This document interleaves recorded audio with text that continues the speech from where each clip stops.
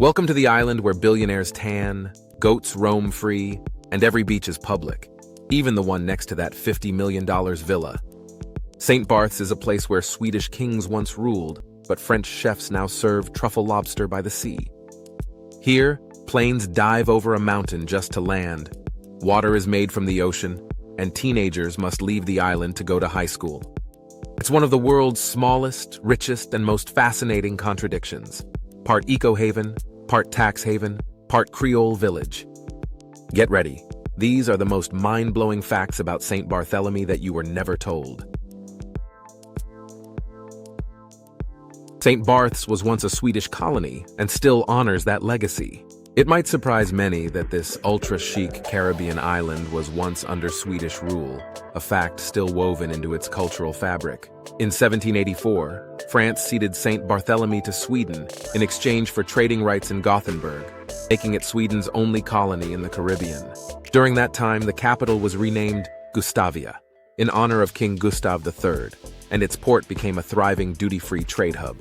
Even today, Swedish names like Rue de Suède, Sweden Street, and Place Gustav remain etched into the island's geography. The Swedish coat of arms is still visible on public buildings, and the local government annually celebrates Swedish National Day with Nordic flags and historical reenactments.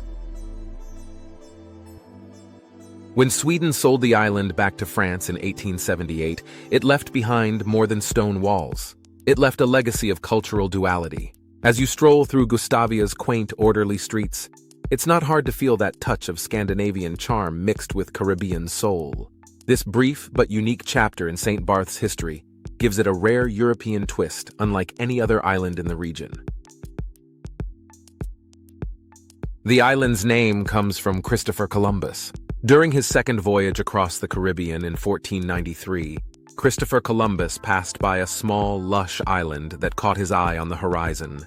Although he never set foot on it, he recorded it in his log and named it San Bartolome, after Saint Bartholomew, and more personally after his younger brother Bartolomeo.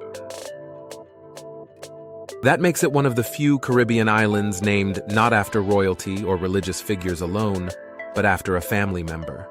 The name endured, and its French form, Saint Barthélemy, remains the island's official name today. The English short version, Saint Barths, gained popularity through international tourism. At the time Columbus sailed by, the island was already inhabited by indigenous Carib people, who called it Uanalau, but that native name was gradually displaced by European influence.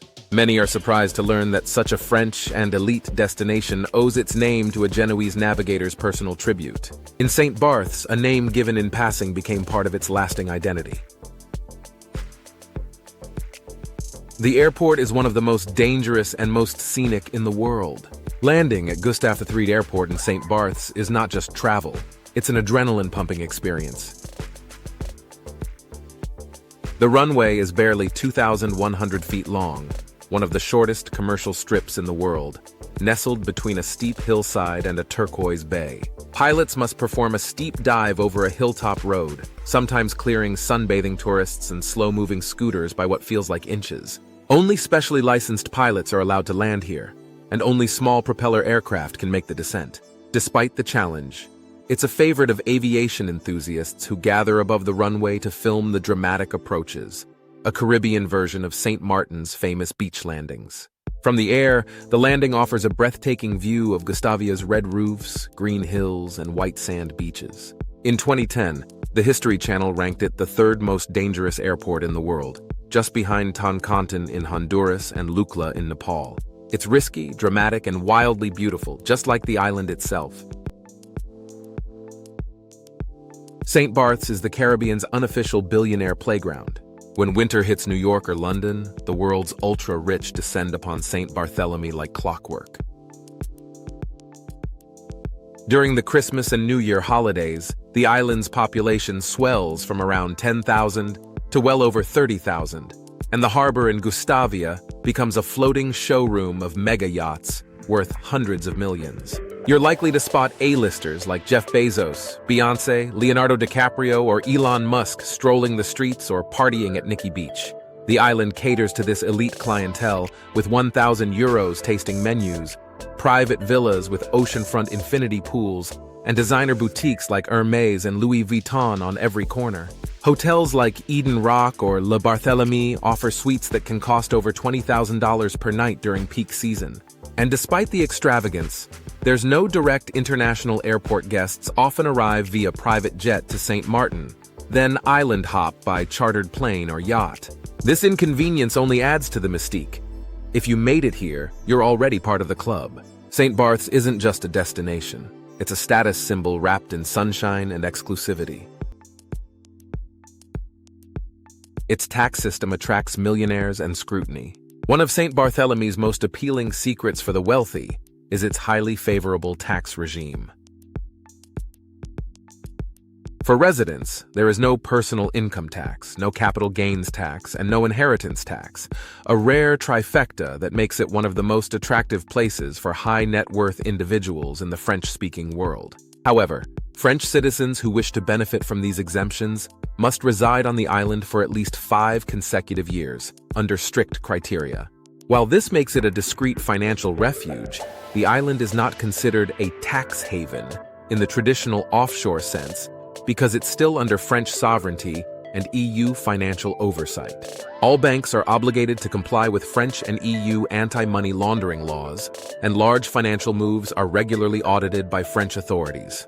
Despite these controls, the island has quietly built a population of millionaire residents and seasonal elites, many of whom appreciate the discretion and low-tax environment. Wealth here is understated but omnipresent, reflected in multi-million-dollar villas, super yachts, and luxury boutiques, not in flashy display. In St. Barths, the government doesn't need to tax your income. Your spending alone powers the economy. Electricity once came from generators on boats. Before modern infrastructure arrived, Saint Barthélemy had to get creative with how it powered homes, shops, and even its tiny airport. In the mid-20th century, the island relied on diesel-powered generators stationed on barges floating just offshore to provide electricity. These floating power plants were noisy, polluting, and often unreliable, but they were a lifeline for a developing island with no local fuel resources. As tourism and demand grew in the 1970s and 1980s, permanent land-based generators were installed, though blackouts remained common for years. Today, the island uses a modern hybrid system, including a central power station and growing solar energy infrastructure. New villas and hotels are encouraged to install solar panels and battery systems to reduce strain on the grid. While most visitors today enjoy seamless air conditioning and lighting, locals still remember the buzz of floating generators echoing across the bay at night. It's a powerful reminder of just how far St. Barths has come, from makeshift solutions to high-tech sustainability. Gustavia's lighthouse still runs on solar power. Perched on a hill overlooking the port of Gustavia, the island's charming little lighthouse, Fare de Gustavia, is more than just a nautical relic. Built in 1961, it's one of the few structures on the island that has remained relatively unchanged, silently guiding boats into the harbor for decades. While modest in size and appearance, it has an enduring legacy, and in recent years it was converted to run on solar energy, making it both symbolic and sustainable. Its location offers one of the best panoramic views of Gustavia, with red rooftops, bobbing yachts, and a sweeping Caribbean horizon. The lighthouse isn't open for public tours, but visitors regularly hike up the nearby trail to capture the view, especially at sunset. Locals see it as a quiet icon of the island's blend of tradition and innovation. It represents the perfect balance of old-world charm and eco-conscious modern living. In a place defined by luxury, it's a humble beacon that still does its job, cleanly, efficiently, and beautifully. Hurricane Irma nearly wiped the island off the map, but it bounced back. In September 2017, Hurricane Irma slammed into Saint Barthélemy with winds reaching 185 miles per hour, making it one of the strongest Atlantic hurricanes ever recorded. The island suffered massive destruction. Homes were flattened, yachts were tossed ashore, roads were blocked, and power and water systems collapsed. Even the luxurious harbor of Gustavia looked like a war zone, with debris-strewn streets and sunken boats. Yet, in true St. Barths fashion, The recovery was both swift and efficient, thanks to local resilience, private wealth, and strong logistical support from mainland France. Within weeks, power and water had been partially restored. Within 6 months, most luxury hotels and villas had reopened. By the following tourist season, visitors were stunned to find a fully functioning paradise, with barely a trace of the devastation. The storm left emotional scars, but also strengthened local pride and community bonds. Saint Barths didn't just rebuild, it elevated its infrastructure, proving that even the most fragile beauty can be remarkably tough. There is no high school on the island. Despite its luxury and advanced infrastructure, Saint Barthélemy does not have its own high school, lycée. Primary education is available on the island, but for secondary studies, teenage students must leave their homes. Most continue their education on the nearby island of Saint Martin, attending French language schools, with many living in boarding facilities during the week. This presents a unique challenge for such a small community, as young people experience independence from an early age. Families often support each other in an organized way, and many returning graduates say the experience deepens their bond with the island. The local authorities have previously considered opening a small high school, but low population numbers and high costs have prevented it. As a result, Saint Barths remains one of the few developed places where high school is not part of daily local life. The island is therefore not only geographically unique, but also an educational exception in the modern world. The island was originally inhabited by indigenous peoples. Before the arrival of European explorers, Saint Barthélemy was inhabited by indigenous Caribbean peoples, specifically the Arawak and Carib tribes, who knew the island as Wanalao. The name likely meant land of islands or salty ground, a reference to the island's natural salt ponds. These indigenous peoples migrated from nearby South American regions and lived by fishing, hunting, and farming. Traces of their presence, pottery, tools, and carved stone artifacts, have been discovered in several locations across the island. After the Spanish arrived, these communities either fled or disappeared due to violence and introduced diseases. By the time the French settled the island in the 17th century, it was nearly uninhabited, considered a blank slate for colonists. Today, the indigenous history of Saint Barths is rarely discussed in the region's cultural identity, but ongoing archaeological research continues to uncover new traces of this forgotten past. So beneath its image as a modern paradise, the island holds a far older and more complex story than most visitors ever imagine.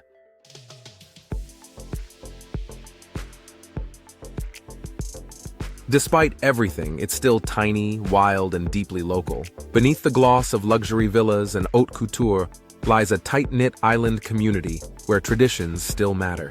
Many local families trace their roots back to Norman and Breton settlers, and even today, you can hear Creole French dialects spoken in hillside villages far from the tourist trail. Churches host simple stone chapel services, fishermen bring in the daily catch at dawn, and children play barefoot football on dusty streets overlooking the sea. Goats still roam the rural backroads, and small farms grow local produce like yams, bananas, and guava, supplying island markets.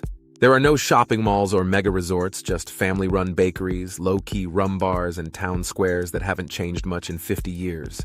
Locals are famously welcoming but protective of their island's character, preferring slow change over flashy development. Even in high season, it's possible to hike through palm forests or sit on an empty beach and feel like you've stepped back in time. For all its celebrity sparkle, Saint Barths is still a place where island life quietly thrives behind the scenes.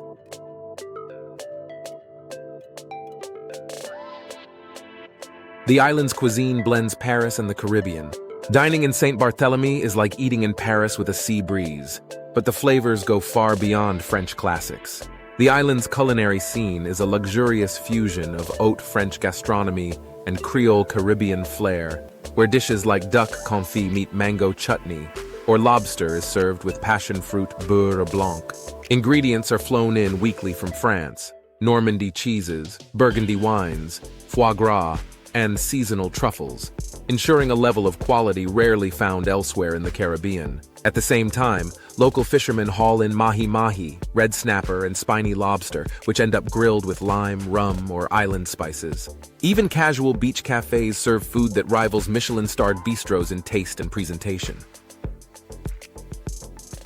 Chefs trained in Lyon, Nice, and Marseille helm kitchens across the island, some even rotating seasonally with top restaurants in Europe. Food festivals and wine-pairing dinners are frequent, and private villa chefs offer personalized menus for guests. On Saint Barths, every meal is a statement, and the statement is Bon Appetit, island style. There are more boats than cars. On an island just 24 square kilometers in size, parking spots are limited, but the harbor? Always full. In Gustavia, the main port, hundreds of yachts, ranging from sleek sailboats to floating palaces, drop anchor, especially during the winter high season. With narrow, winding roads and short driving distances, many locals and visitors use scooters, golf carts, or compact electric cars. But the real stars of St. Barths are the vessels bobbing in the harbor, with names like Elysium or Serenity, often registered in the Cayman Islands or Monaco. During events like Les Voiles de Saint Barth or New Year's Week, the marina transforms into a floating metropolis of wealth and polished teak decks. Some estimates suggest there are more private boats than registered cars on the island. Sailing here isn't just recreation, it's status, lifestyle, and transport rolled into one. For many residents, the Caribbean Sea is the real highway, and the island is just their favorite port of call. It's a haven for sea turtles, coral reefs, and marine conservation. The waters surrounding Saint Barthélemy are part of the Réserve naturelle de Saint Barthélemy, a protected marine area established to preserve the island's fragile coastal ecosystem. These zones are home to green sea turtles, hawksbill turtles, eagle rays, and vibrant coral gardens teeming with tropical fish. Strict rules regulate fishing, anchoring, and diving in sensitive areas to prevent damage to coral reefs and seagrass beds. Visitors are encouraged to snorkel responsibly and avoid sunscreen that harms marine life. Eco-friendly products are even promoted by local shops. Anchoring is prohibited in key zones, and mooring buoys have been installed to protect the seabed from anchor drag. Marine biologists on the island are actively involved in coral restoration projects, including replanting damaged reefs and monitoring turtle nesting activity. The island's commitment to conservation is not just for show, it's embedded in law and respected by both locals and luxury travelers. In a place known for indulgence, the sea is treated with reverence, a living jewel, not just a backdrop. It has no natural freshwater sources. Saint Barthélemy may be surrounded by crystal-clear seas, but it has zero rivers, lakes, or freshwater springs, not even a trickling stream. For centuries, islanders relied on rainwater collection using cisterns built beneath their homes, making water a precious commodity. Today, the majority of the island's supply comes from desalination plants, which convert seawater into drinkable water using high-tech filtration. This process is energy-intensive and costly, especially during the dry season, when rainfall is scarce and demand from tourists skyrockets. Some luxury villas have advanced water recycling systems, but even then, locals are careful to reuse gray water and limit waste. Public awareness campaigns encourage conservation, and you'll often see signs reminding guests to use water mindfully, even in five-star accommodations. Interestingly, many restaurants and households still harvest rainwater, blending tradition with modern technology. On an island where every drop counts, water isn't just a resource, it's a lifestyle. The beaches are public, all of them. Despite its elite reputation and celebrity-filled shores, every single beach on Saint Barthélemy is legally public and freely accessible. That means whether you're a backpacker or a billionaire, you can stroll along the sands of even the most exclusive coves without restriction. Beaches like Saline, Gouverneur, and Colombier offer pristine beauty with no private fences, security guards, or resort claims blocking the view. This French legal principle, le littoral est public, ensures that coastlines remain open to all, a stark contrast to many islands where hotels wall off entire stretches of shore. Even beaches adjacent to high-end villas and celebrity hideaways are open for sunbathers, swimmers, and snorkelers alike. While some access points require short hikes or boat rides, the payoff is uncrowded paradise with turquoise waters and powdery sand. This policy reinforces a rare balance on the island: radical inclusivity within a luxury setting. On Saint Barths, the oceanfront belongs not to the wealthy, but to everyone. There are no all-inclusive resorts on the island by design. Unlike its Caribbean neighbors, Saint Barthélemy has intentionally avoided the all-inclusive resort model that dominates islands like the Dominican Republic or Jamaica. The local government and tourism board have long promoted a vision of low-density, high-quality tourism, favoring boutique hotels, luxury villas, and independent restaurants over sprawling resort compounds. This strategy supports a diverse local economy where chefs, drivers, designers, and shop owners all benefit from tourism, not just a single hotel chain. Visitors are encouraged to explore the island, dine in Gustavia's harborfront bistros, and shop in small art galleries or gourmet markets. Most luxury accommodations include personalized services like private chefs, maids, and concierge staff instead of buffet lines and wristbands. This keeps mass tourism at bay and maintains the island's reputation for understated elegance and exclusivity. It's a place where the experience is curated, not packaged. In short, Saint Barths has built a model of luxury tourism that feels bespoke, intimate, and unapologetically elite. It's French, but not quite France. Saint Barthélemy is undeniably French. Its official language is French, it uses the euro, and its residents are full French citizens with voting rights in French national elections. Yet legally and politically, it's not treated the same as mainland France. In 2007, the island gained the special status of Collectivité d'Outre-mer, giving it far more autonomy than other overseas departments like Guadeloupe or Martinique. It manages its own budget, taxes, immigration policies, and even residency requirements, making it almost a mini-state under the French flag. It is outside the European Union's VAT and customs zone, allowing it to function as a duty-free port, which is a big deal for yacht owners and luxury retailers. That means lower taxes, less red tape, and a boutique economy tailored to elite tourism. So yes, you're standing on French soil, but administratively, economically, and legally, you're in a unique hybrid space. It's France reimagined, stylish, sun-soaked, and strategically independent. And that wraps up the most mind-blowing facts about the island that's equal parts luxury, legend, and local pride. If you learned something new, or if you've actually been to Saint Barths, drop a comment and share your thoughts below. Did I get something wrong? Let me know. I always welcome corrections, updates, or even personal stories from those who know the island better than I do. Don't forget to like, subscribe, and hit that notification bell so you never miss an episode of Andy Explores the World. This channel is all about digging deeper than the travel brochures, so if you have a destination in mind, suggest it in the comments too.